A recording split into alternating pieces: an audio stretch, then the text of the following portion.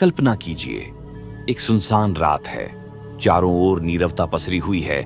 मंदिर की घंटियों की हल्की हल्की आवाजें दूर कहीं हवा में तैर रही हैं। चंद्रमा की शीतल रोशनी जमीन पर रहस्यमयी चादर बिछा रही है। और तभी एक बूढ़ा साधु एक गुफा के बाहर दिया जला रहा है। उसकी आंखों में कोई सामान्य चमक नहीं, कोई गूढ़ संकेत है। क्या आपने कभी सोचा है कि कुछ मंत्र ऐसे भी होते हैं जिन्हें केवल संकट के समय ही बोला जाता है? नहीं, ये सामान्य मंत्र नहीं है। ये मंत्र जब बोले जाते हैं तो ब्रह्मांड की अदृश्य शक्तियां सक्रिय हो जाती हैं। ये मंत्र पुकारते नहीं, आदेश देते हैं उन शक्तियों को जो मनुष्य की दृष्टि से परे हैं। इन मंत्रों का उच्चारण कोई खेल नहीं, बल्कि आत्मा और चेतना की उस गहराई में उतरने जैसा है जहां से लौटना हर किसी के लिए संभव नहीं। लेकिन सवाल उठता है, कौन से हैं वो 3 मंत्र और उन्हें केवल संकट के समय ही क्यों बोला जाता है? अब जरा ठहरिए, ये जानने से पहले अपने भीतर झांकिए। आपके जीवन में ऐसा कौन सा संकट आया था जब सब कुछ असहाय लग रहा था? क्या तब आपने कोई अदृश्य सहारा महसूस किया था? क्या आपके आसपास कभी कुछ ऐसा घटा जिसे विज्ञान नहीं समझा सका? अगर हां, तो यह वीडियो आपके लिए है। अगर नहीं, तो भी यह यात्रा आपको वहां ले जाएगी जहां से लौटकर कोई वैसा नहीं रहता जैसा पहले था। यह केवल 3 मंत्रों की कहानी नहीं है, यह उस रहस्यमय सत्य की ओर एक द्वार है जिसे बहुत कम लोगों ने देखा और उससे भी कम लोग समझ पाए। अब हम प्रवेश करने जा रहे हैं उस पहले रहस्य में, उस मंत्र की ओर जिसे सिर्फ प्रलय के द्वार पर बोला जाता है। वहां कोई शोर नहीं होता, सिर्फ एक कंपन, एक गूंज जो सुनाई नहीं देती लेकिन आत्मा महसूस करती है। ऐसा कहा जाता है कि जब जीवन की अंतिम डोर भी थमने लगती है और चारों दिशाओं से आशा का प्रकाश बुझने लगता है, तभी उस मंत्र का स्मरण किया जाता है। उस मंत्र को बोलना जैसे किसी सुप्त शक्ति को जगाना हो जो केवल आपातकाल की पुकार पर ही उत्तर देती है। ये मंत्र आम जीवन में नहीं बोले जाते। इनकी प्रकृति ठीक वैसी ही है जैसे अग्नि के भीतर छिपा जल, असंभव सा, लेकिन ब्रह्मांड की व्यवस्था में यथार्थ। पहला मंत्र। यह मंत्र उस क्षण में उच्चारित किया जाता है जब मृत्यु स्वयं समीप आकर खड़ी हो, पर मनुष्य का चित्त डगमगाए नहीं। जब सांसें शरीर से विदा लेने को हो पर आत्मा लड़ना चाहती हो, तब यह मंत्र देवताओं तक नहीं बल्कि मृत्यु के अधिपति तक पहुंचता है। एयूएम त्र्यंबकम यजामहे सुगंधिं पुष्टिवर्धनम उर्वारुकमिव बंधनान मृत्योर्मुक्षीय मामृतात्। यह महामृत्युंजय मंत्र है, पर क्या आप जानते हैं यह हर कोई नहीं बोल सकता। यह मंत्र जब असमय संकट या अकाल मृत्यु का भय हो तभी अपने पूर्ण प्रभाव में काम करता है। लेकिन इसका सही उच्चारण और सही समय जानना जरूरी है, अन्यथा यह मंत्र निवारण नहीं, उथल पुथल बन सकता है। इस मंत्र की ध्वनि में वो तरंग है जो ब्रह्मांड की सूक्ष्मतम परतों तक कंपन उत्पन्न करती है, इसलिए इसे यूं ही नहीं दोहराना चाहिए। अब सोचिए, कभी आपके जीवन में अचानक ऐसा समय आया जब सब कुछ अचानक बिगड़ने लगा? स्वास्थ्य, रिश्ते, निर्णय सब जैसे उलझने लगे। क्या आपने तब इसे याद किया था? या आपकी दादी नानी ने आपको कभी फुसफुसाकर यह मंत्र सिखाया था? ये वो क्षण होता है जब आत्मा का एक द्वार खोलता है, या तो ऊपर जाने का या फिर उस अंधकार में गिरने का जहां से वापसी कठिन होती है। और यही कारण है कि महामृत्युंजय मंत्र को संकट की घड़ी में ही जपना सार्थक होता है। यह मंत्र सिर्फ मृत्यु से रक्षा नहीं करता, यह आत्मा को वापस खींच लाता है उस बिंदु से जहां से आगे केवल अनंत होता है। लेकिन यह केवल उच्चारण नहीं बल्कि एक अनुभूति है। इस मंत्र को बोलते समय साधक की चेतना अपने शरीर से परे चली जाती है। वह केवल शब्द नहीं दोहरा रहा होता, बल्कि वह अपने भीतर की उस शक्ति को सक्रिय कर रहा होता है जो आम दिनों में सुप्त रहती है। इसलिए इसे साधारण परिस्थितियों में बोलना उस महासागर को ललकारने जैसा है जो शांत दिखता जरूर है लेकिन भीतर गर्जना करता है। आपने कभी सुना है कि कुछ लोगों को कोमा से वापस लाया गया, वो भी तब जब डॉक्टर्स ने उम्मीद छोड़ दी थी। कई बार ऐसा हुआ है कि पास बैठी कोई माँ, कोई पत्नी या कोई वृद्ध दादी बस एक ही मंत्र जपती रही, AUM त्र्यंबकम यजामहे। और कुछ मिनटों बाद दिल की धड़कनें फिर चल पड़ी। यह चमत्कार नहीं, यह उस रहस्यमय विज्ञान का हिस्सा है जिसे हमने भुला दिया है। अब सोचिए, यदि यह पहला मंत्र इतना शक्तिशाली है तो दूसरा मंत्र कैसा होगा? वह कौन सा मंत्र है जिसे सिर्फ तब जपते हैं जब शत्रु अदृश्य हो और सामने सिर्फ परछाइयां हो? वो कौन सा मंत्र है जो प्रेत बाधा या अदृश्य तंत्र शक्तियों के प्रहार को रोक सकता है, जिसे बोलते समय वाणी कांपती है लेकिन आत्मा दृढ़ हो जाती है? हाँ, लेकिन तब जब वह जानती है कि उसके पास कोई ऐसा अस्त्र है जो दिखता नहीं पर रक्षा करता है, जो शस्त्र नहीं पर शमन करता है। दूसरा मंत्र, ये वह मंत्र है जिसे वे साधक उपयोग में लाते हैं जो तंत्र बाधाओं से जूझ रहे होते हैं। जब शत्रु सामने न हो पर ऐसा लगे कि कोई अदृश्य शक्ति पीछा कर रही है, नींद टूटती हो, सपने डरावने हो, घर में बिना कारण भय या अशांति छाई हो, तो समझिए आपको दिखता कुछ नहीं लेकिन घट रहा बहुत कुछ है। ऐसी दशा में यह मंत्र ढाल बनकर खड़ा होता है, न केवल आत्मा के चारों ओर बल्कि पूरे स्थान को एक सुरक्षा कवच में बांध देता है। इस मंत्र को बोलने से पहले 4 दियों को 4 दिशाओं में रखा जाता है। मंत्र के साथ एक विशेष शंखनाद किया जाता है और फिर जब शुरू होता है, AUM क्लीं कालिकायै नमः। ये मंत्र साधारण नहीं है, ये देवी की उस काली रूप का आह्वान करता है जो नाश के लिए नहीं बल्कि रक्षा के लिए प्रकट होती है। उस समय साधक एक मंत्र नहीं बल्कि एक अग्नि पंक्ति खींचता है अपने चारों ओर, अपने घर के चारों ओर और सबसे बड़ी बात, अपने चित्त के चारों ओर। लेकिन एक बात ध्यान रखें, यह मंत्र बोलने के पहले मन और स्थान की शुद्धि आवश्यक होती है, क्योंकि यदि यह मंत्र भटके हुए मन से बोला जाए तो शक्ति रक्षक बनने की बजाय भटक सकती है। कभी आपके साथ ऐसा हुआ है जब बिना कारण डर लगे या लगे कि कोई निगाहें पीछा कर रही हैं या कोई तस्वीर बार बार गिर रही है, घड़ी बंद हो रही है या दीपक खुद ब खुद बुझ जाए? तब लोग समझते हैं कि यह संयोग है, लेकिन जो ज्ञानी हैं वे पहचानते हैं कि यह संकेत है। यह मंत्र उन संकेतों का उत्तर है। पर प्रश्न ये है, क्या इस मंत्र का उच्चारण हर कोई कर सकता है या इसके लिए किसी विशेष काल और दिशा का ध्यान रखना होता है? दिशा का ध्यान रखना होता है, हाँ, और समय का भी, क्योंकि ये मंत्र सिर्फ ध्वनि नहीं, ब्रह्मांडीय कंपन, कॉस्मिक वाइब्रेशन है। यदि इन्हें उस समय और दिशा में बोला जाए जब पृथ्वी, सूर्य और चंद्र की तरंगें अनुकूल स्थिति में हो, तो इनका प्रभाव कई गुना बढ़ जाता है। मंत्र के उच्चारण में दिशा का रहस्य वही जानता है जो जानता है कि उत्तर दिशा में सर रखकर क्यों नहीं सोते या दक्षिण दिशा में दिया क्यों नहीं जलाया जाता। मंत्र, दिशा और काल, ये तीनों जब मिलते हैं तब जन्म होता है संहारक ऊर्जा का, जो नकारात्मक शक्तियों को दूर कर साधक की रक्षा करती है। अब यहाँ एक रहस्य और है, जब आप यह मंत्र बोलते हैं तो वह केवल बाहर की शक्तियों को नहीं हटाता, वह आपके भीतर की छाया को भी नष्ट करता है।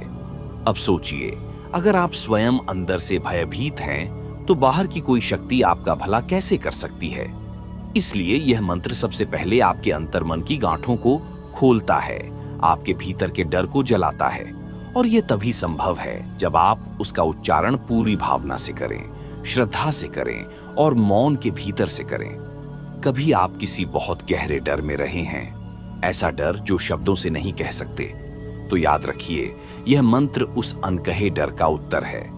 पर अब प्रश्न ये है कि इन 2 मंत्रों के बाद वह तीसरा मंत्र कौन सा है जिसे बोलने की हिम्मत हर किसी में नहीं होती? वह कौन सा मंत्र है जो सीधे ब्रह्मांड की शक्ति को चुनौती देता है और जिसे बोलते ही वायुमंडल की ऊर्जा बदल जाती है? हाँ, और इतना गहराई से कि उसे महसूस करने के लिए आपकी चेतना का स्तर उच्च होना चाहिए। जिस मंत्र की हम बात कर रहे हैं वह सिर्फ वाक्य नहीं, वह ब्रह्म की पुकार है। यह तीसरा मंत्र उस क्षण बोला जाता है जब साधक को लगे कि अब उसका संपूर्ण अस्तित्व डगमगा रहा है। यह मंत्र अदृश्य लोकों के द्वार खोल देता है, जहां रक्षण करने वाली दिव्य शक्तियां और विनाशक ऊर्जा दोनों एक साथ उपस्थित हो जाती हैं। यह मंत्र सिर्फ संकट में नहीं, परम संकट में बोला जाता है, क्योंकि यह मंत्र किसी देवी या देवता को नहीं, बल्कि स्वयं ब्रह्मांडीय चेतना को पुकारता है। इसलिए इसे बोलने से पहले साधक को अपने भीतर के कंपन को स्थिर करना पड़ता है। लेकिन यह मंत्र कोई सामान्य व्यक्ति नहीं बोल सकता। इसके लिए एक विशेष मंत्र दीक्षा की आवश्यकता होती है, और यदि दीक्षा के बिना यह बोला गया तो इसके प्रभाव का दर्पण उलटा हो सकता है।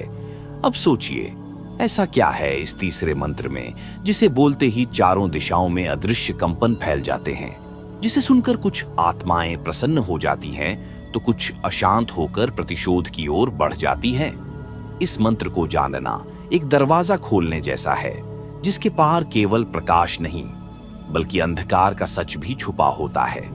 लेकिन यह छुपा हुआ सच तब तक बाहर नहीं आता जब तक कोई साधक, कोई खोजी आत्मा उस मंत्र को न पुकारे जो संकटों के गर्भ में ही जन्मा है। ये मंत्र वे नहीं हैं जो आप रोज जपते हैं। ये उन क्षणों के मंत्र हैं जब आत्मा और ब्रह्मांड के बीच संवाद ध्वनि के माध्यम से नहीं बल्कि स्पंदन के माध्यम से होता है। दृश्य को मन में उतारिए। एक तांत्रिक अघोर स्थल पर बैठा है, उसके चारों ओर राख, आकाश पर भयानक गर्जना, और उसके अधरों से फूट रहा है वो गूढ़ मंत्र जिसे सुनकर स्वयं मृत्यु का देवता भी ठहर जाता है। ऐसा मंत्र कोई क्यों बोलेगा? क्योंकि उसके जीवन में ऐसा क्षण आया जब सांसें बोझ बन गईं और आत्मा पर संकट मंडराने लगा। इस मंत्र का उच्चारण करते ही न केवल बाहरी परिस्थितियां पलटती हैं, बल्कि आपके चारों ओर का ऊर्जा घेरा भी कठोरता से आपकी रक्षा करता है। यह रक्षा कवच किसी आयुर्वेदिक औषधि की तरह नहीं, बल्कि काल के भीतर प्रवेश कर आपका भाग्य फिर से रच देता है। अब सोचिए, क्या आप तैयार हैं उस मंत्र की पहली ध्वनि सुनने को? या अब भी सोचते हैं कि यह एक कहानी मात्र है? या फिर यह ब्रह्मांड के सबसे प्राचीन रहस्यों में से एक है जिसे हमने आधुनिकता के शोर में सुनना ही बंद कर दिया? जब कोई जीवन मरण की सीमा पर खड़ा होता है तब वह सोचता नहीं, वह पुकारता है। और उस पुकार के उत्तर में जो दिव्य ध्वनि ब्रह्मांड से उतरती है, वही है संकटकालीन मंत्रों का प्रारंभ। पहला मंत्र, इसका नाम नहीं लिया जा सकता क्योंकि यह ध्वनि नहीं, नाद है। और यह नाद तब उत्पन्न होता है जब भीतर की सभी इंद्रियां शांत होकर एक ही प्रश्न पूछें, क्या मैं अब भी जीवित रहूंगा? अब जरा कल्पना करें, किसी वीरान गुफा में बैठा एक साधक जिसने 5 दिन से भोजन नहीं किया, ना जल ग्रहण किया। उसकी सांसें गिनती छोड़ चुकी हैं और तभी वह उच्चारण करता है, एक स्वर जो ध्वनि से नहीं, विलीन चेतना से उपजा है। उस मंत्र का प्रभाव इतना प्रबल होता है कि प्रकृति की दिशा ही बदलने लगती है। अग्नि ठंडी हो जाती है, जल स्थिर हो जाता है और आकाश से उतरती है एक अदृश्य शक्ति। यह कोई कल्पना नहीं, बल्कि चेतना के गहरे तल पर अनुभूत वह ऊर्जा है जो संकट के समय हमारे भीतर से बाहर फूटती है। और इस ऊर्जा को जागृत करने वाला मंत्र, जिसे सिर्फ वही साधक बोल सकता है जो अपने प्राणों को त्यागने के लिए तैयार हो, न कि केवल बचाने के लिए। दूसरा मंत्र, जिसे मरणोत्तर उक्ति कहा जाता है, वह तब बोला जाता है जब मृत्यु सामने हो और जीवन झुकने को तैयार न हो। ऐसे समय में यह मंत्र न केवल शरीर की रक्षा करता है, बल्कि आत्मा को गहरे द्वंद्व से उबारता है। मंत्र की प्रकृति ऐसी होती है कि इसे बार बार नहीं बोला जा सकता, क्योंकि इसका कंपन मनुष्य के संपूर्ण चित्त को झकझोर देता है। इस मंत्र को बोलते ही पल भर को समय रुक सा जाता है, भविष्य अपना मुंह फेर लेता है और विधि स्वयं संशय में आ जाती है। क्या उस व्यक्ति को मिटाया जाए या बचाया जाए? यह मंत्र संकट को पलट देता है, लेकिन यह एक चेतावनी भी है। यदि आपने इसे बिना आवश्यकता के बोला तो उसका प्रभाव उल्टा भी हो सकता है। यही कारण है कि इन मंत्रों को केवल ज्ञानी, संयमी और अत्यंत संकट में पड़ा हुआ साधक ही उच्चारित करता है। अब हम बढ़ते हैं उस तीसरे मंत्र की ओर, जिसे त्रिकाल याचना कहा गया है। यह मंत्र ऐसा है जो समय के तीनों कालों, भूत, भविष्य और वर्तमान को एक साथ संबोधित करता है। यह मंत्र इतना रहस्यमय है कि इसे बोलने से पहले साधक को अपना मस्तक जमीन से नहीं, आत्मा से झुकाना पड़ता है। जिस समय यह मंत्र बोला जाता है तो चारों दिशाएं स्थिर हो जाती हैं और ब्रह्मांड एक क्षण को चुप रह जाता है। इस मंत्र के प्रभाव से सिर्फ मनुष्य ही नहीं, देवगण तक सजग हो जाते हैं, क्योंकि यह याचना नहीं बल्कि चेतना को पुनः आकार देने का साहस है। त्रिकाल याचना वह मंत्र है जो तब बोला जाता है जब अस्तित्व का अर्थ ही धुंधला पड़ने लगे, और जब इंसान को लगे कि अब समय नहीं रुकेगा, तो यही मंत्र उसे समय के पार ले जाता है, और वहीं खड़ा होता है काल। ना वह शिव है, ना यम, ना रावण, ना ब्रह्मा। वह केवल प्रतीक है उस शक्ति का जो परिवर्तन और विनाश दोनों का रहस्य समेटे है। त्रिकाल याचना जब उच्चारित होती है तो काल कुछ क्षण के लिए पीछे हटता है, जैसे कोई दरवाजा खुलता है जहां भविष्य की हल्की झलक मिलती है।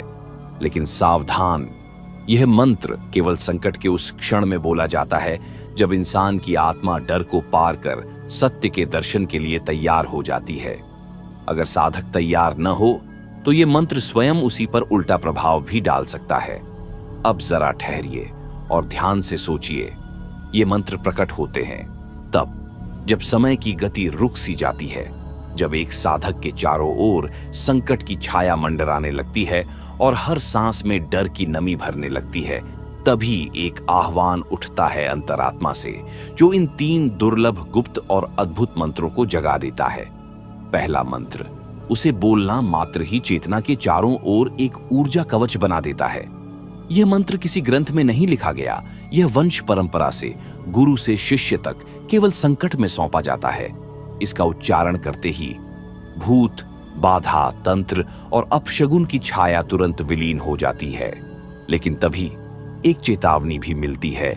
यदि यह मंत्र संकट के बिना बोला गया तो यह अपने प्रभाव से नहीं, अपने प्रतिकार से काम करेगा। तभी दूसरा मंत्र धीरे धीरे प्रकट होता है, जैसे कोई धूप के बीच से प्रकट होती रहस्यमयी परछाई। एक ऐसा स्वरूप जिसे देखा नहीं जा सकता, केवल अनुभव किया जा सकता है। दूसरे मंत्र की उत्पत्ति उसी छाया से होती है जो संकट में फंसे साधक के पीछे खड़ी होती है, चुपचाप मगर शक्तिशाली। यह मंत्र केवल तभी मुख से निकलता है जब मृत्यु और जीवन के बीच की रेखा धुंधली होने लगे, जब कोई न दिखाई दे, कोई न सुनाई दे और अस्तित्व का भार हृदय को चीरने लगे। तब यह मंत्र देवताओं के द्वार तक संदेश भेजता है। यह मंत्र है कालस्थ शांति वज्रम, मतलब संकट के समय उत्पन्न होने वाली वज्र शक्ति से शांति की याचना।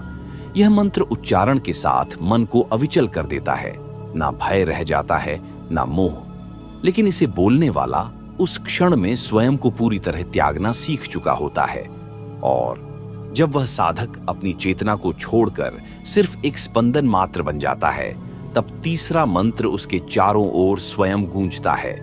यह मंत्र किसी किताब में नहीं लिखा गया, इसे किसी विद्वान ने नहीं सिखाया।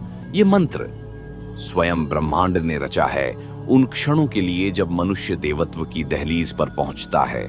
उसका उच्चारण मृत्युंजय मम प्राचीनम स्व सुनने में सरल लगता है, पर इसका कंपन 3 लोकों को छूने की शक्ति रखता है। इस मंत्र को केवल वही बोल सकता है जो मृत्यु को आमंत्रण की तरह देख सके, न कि भय के रूप में।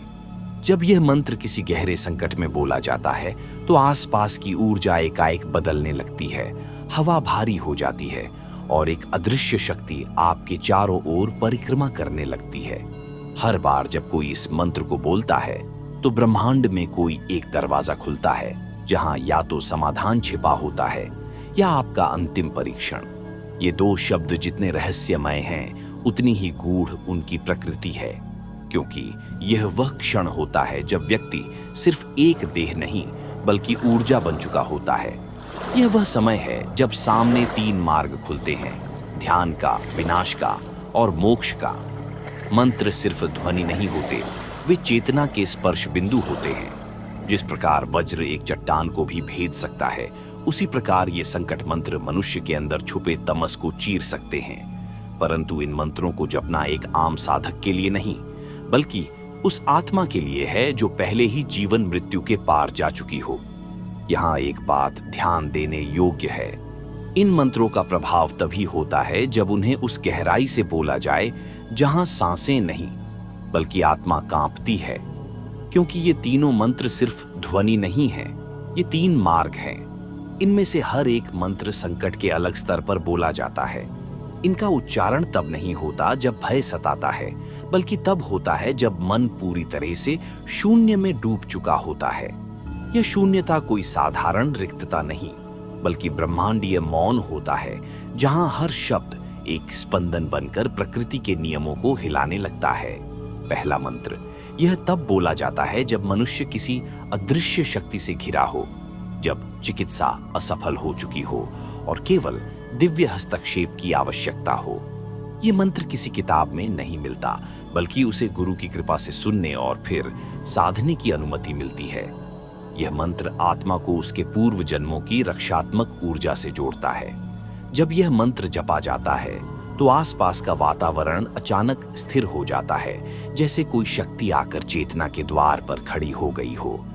यह कोई तर्क का विषय नहीं होता, यह अनुभव का विषय होता है। और जब यह अनुभव घटता है तो व्यक्ति को पता चलता है कि यह मंत्र कोई जादुई शब्द नहीं, बल्कि आत्मा और परम शक्ति के बीच एक संकल्प है, एक सूक्ष्म अनुबंध। यह मंत्र तब नहीं बोला जाता जब डर लगता है, बल्कि तब बोला जाता है जब डर भरोसे में बदलने लगता है। दूसरा मंत्र इससे भी अधिक रहस्यमयी।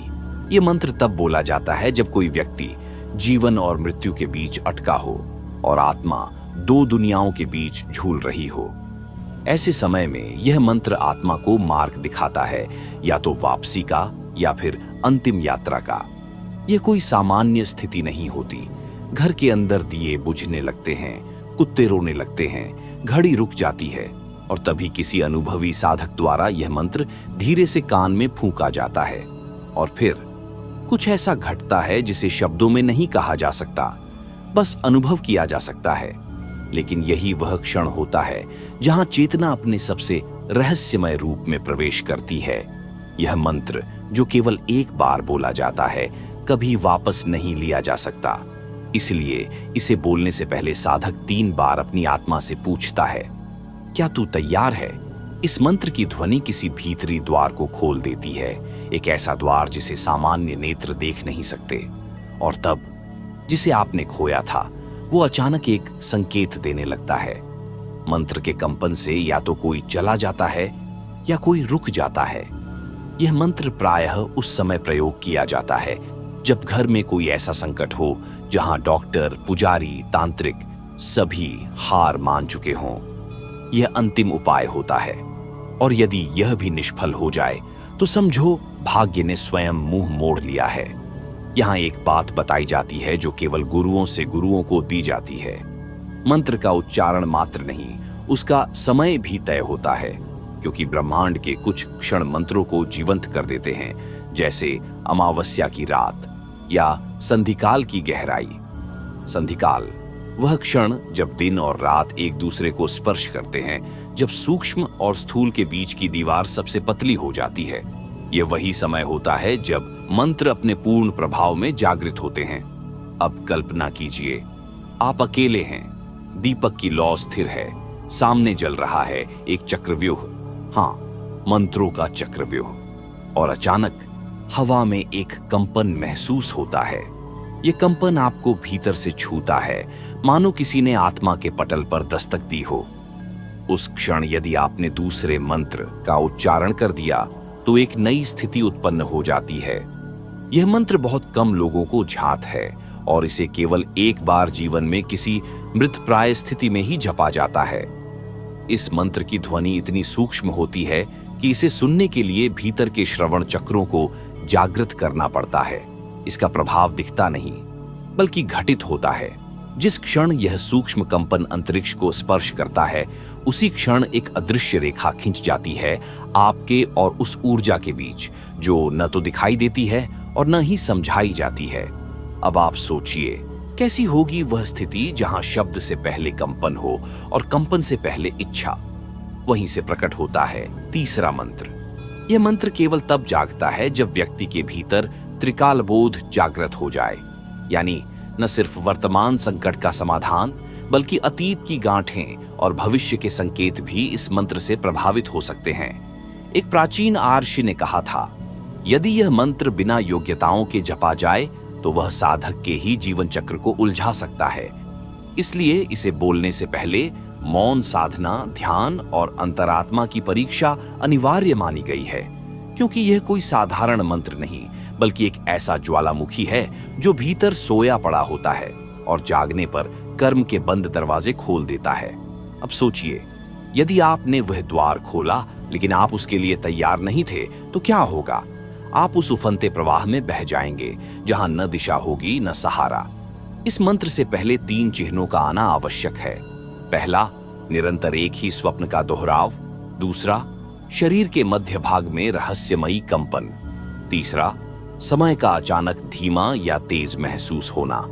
जिन्हें ये संकेत मिलते हैं उन्हें ही ये मंत्र दिया जाता है, और वो भी गुरु की उपस्थिति में। जब यह मंत्र फूंक कर बोला जाता है तो वातावरण में एक अदृश्य कंपन फैलता है। यह वह क्षण होता है जब चेतना और अंतरिक्ष के बीच की दूरी एक पतली रेखा मात्र रह जाती है। गुरु केवल शब्द नहीं देते, वो उस ऊर्जा को संचरित करते हैं जो मंत्र में छिपी है, क्योंकि ये मंत्र सिर्फ उच्चारण नहीं बल्कि आत्मा के द्वार पर दस्तक है। जिस क्षण यह मंत्र आपके रोम रोम में उतरने लगता है, उस क्षण समय ठहर जाता है और एक ऐसा रहस्य आपके चारों ओर लहराने लगता है जो केवल संकट की तीव्रता में ही स्पष्ट होता है। ध्यान दीजिए, संकट का अर्थ केवल बाहरी संकट नहीं, कभी कभी आत्मा का विदीर्ण हो जाना भी एक संकट होता है।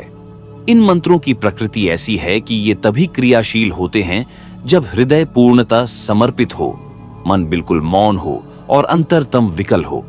ऐसे ही एक मंत्र का उच्चारण, जिसे कालनाशक बीज कहा गया है, वो केवल तब दिया जाता है जब किसी की मृत्यु समय से पहले दिखाई दे, और यह संकेत होता है ब्रह्मांड की उस चेतावनी का जो चेतना को झकझोरने आती है। ऐसे समय एक मंत्र सक्रिय होता है, काल विजेता बीज। यह कोई साधारण शब्द नहीं, यह मंत्र सिर्फ एक बार दिया जाता है, और वो भी तब जब गुरु स्वयं देख लेते हैं कि काल ने व्यक्ति का नाम पुकार लिया है। मंत्र की प्रकृति है काल की आंखों में झांकना और उसके संकल्प को बदल देना। लेकिन यह मंत्र केवल उच्चारण से नहीं जागता, इसके लिए आवश्यक होता है एक गहन अंतःदर्शन, एक गहरी स्वीकृति कि अब तुम जीवन को छोड़ने के लिए तैयार हो। सिर्फ तभी यह मंत्र काल को टालने का वरदान बनता है। और अब इस क्षण पर रुकिए और कल्पना कीजिए कि वह समय आ चुका है जहां आपके चारों ओर शांति नहीं बल्कि एक भयावह सन्नाटा छाया है। आपका हृदय कांप रहा है, आत्मा मौन है और सामने एक छाया खड़ी है, काल की। तभी कोई एक आपके कान में झुककर वह मंत्र फूंकता है और तभी ब्रह्मांड की अदृश्य परतें एक एक कर खुलने लगती हैं। जिसे हम संकट कहते हैं, वह अब केवल एक शब्द नहीं बल्कि एक द्वार बन जाता है कर्म और काल के बीच। यह वह क्षण है जहां तीसरा मंत्र प्रकट होता है, दुर्घटना रोधक मूल बीज। यह मंत्र नहीं बल्कि जीवन की सुरक्षा कवच है, जो तब फटता है जब संकट की आहट शरीर से अधिक आत्मा को छूने लगती है। जिसे किसी ने बचपन में अपने गुरु से सुना था, आज वही व्यक्ति इसे किसी और के जीवन की रक्षा हेतु वाणी में उतार देता है। इस मंत्र की ऊर्जा इतनी प्रचंड होती है कि मृत्यु के पूर्वाभास को पीछे धकेल देती है। पर ध्यान रहे, इसे बोलने का समय और स्थान ब्रह्मांडीय संरेखण से बंधा होता है। एक पल की चूक विजय को भी पराजय में बदल सकती है। इसीलिए इसे संकट मंत्र कहा गया, जो सिर्फ उसी को दिया जाता है जिसकी आत्मा संकट में पकी हो। और जब यह मंत्र उच्चारित होता है तो जो होना निश्चित था वो स्थगित हो जाता है। जो अंतिम समझा गया था वो एक नई शुरुआत का संकेत बन जाता है। पर क्या हर संकेत हमें दिखता है? नहीं, क्योंकि अधिकतर लोग सुनते तो हैं पर श्रवण नहीं करते। ये मंत्र, ये ध्वनियां केवल शब्द नहीं होती, ये चेतना के वे बीज होते हैं जो सही क्षण पर अंकुरित होते हैं। तीनों मंत्रों को सुन लेना पर्याप्त नहीं, उन्हें जीना पड़ता है। उन्हें उस समय बोलना पड़ता है जब हृदय स्थिर हो और आत्मा कंपायमान। अब सोचिए, क्या हो अगर कोई इन मंत्रों का गलत समय पर गलत उद्देश्य से प्रयोग कर ले? तब ब्रह्मांड स्वयं उसे दंडित करता है, क्योंकि मंत्रों की चेतना निरपेक्ष नहीं, वो देखती है, परखती है और तब जाकर प्रतिक्रिया देती है। जो मंत्र संकट में रक्षक बनते हैं वो ही सामान्य समय में विनाशकारी भी हो सकते हैं। इसलिए आज आपने जो जाना वो सिर्फ ज्ञान नहीं था, बल्कि आत्मा को दी गई एक चेतावनी थी। इन 3 मंत्रों का नाम तक हम यहाँ नहीं बोले, क्योंकि वो तब तक निष्क्रिय हैं जब तक कोई उनका आग्रहपूर्वक आह्वान न करे। और जब वह आह्वान होता है तो न कोई गुरु जरूरी होता है, न कोई ग्रंथ, सिर्फ आपकी नियत और निवेदन। तो अब प्रश्न यह है, क्या आप तैयार हैं? क्या आप में वह स्थिरता है जो संकट के क्षण में इन मंत्रों को जागृत कर सके? कमेंट करें, मैं तैयार हूं, लेकिन मैं इन्हें तब तक नहीं बोलूंगा जब तक मेरा अंतर्मन अनुमति न दे। या फिर मैंने सुना, लेकिन अभी मौन ही मेरा मंत्र है। ध्यान रहे, यह वीडियो केवल उन्हीं के लिए था जो अंत तक पहुंचे, क्योंकि वही इसके पात्र हैं। अब तय आपको करना है, क्या आप केवल देखने आए थे या जागने भी आए हैं? जय शिव, जय शक्ति। यहां से श्रृंखला समाप्त होती है।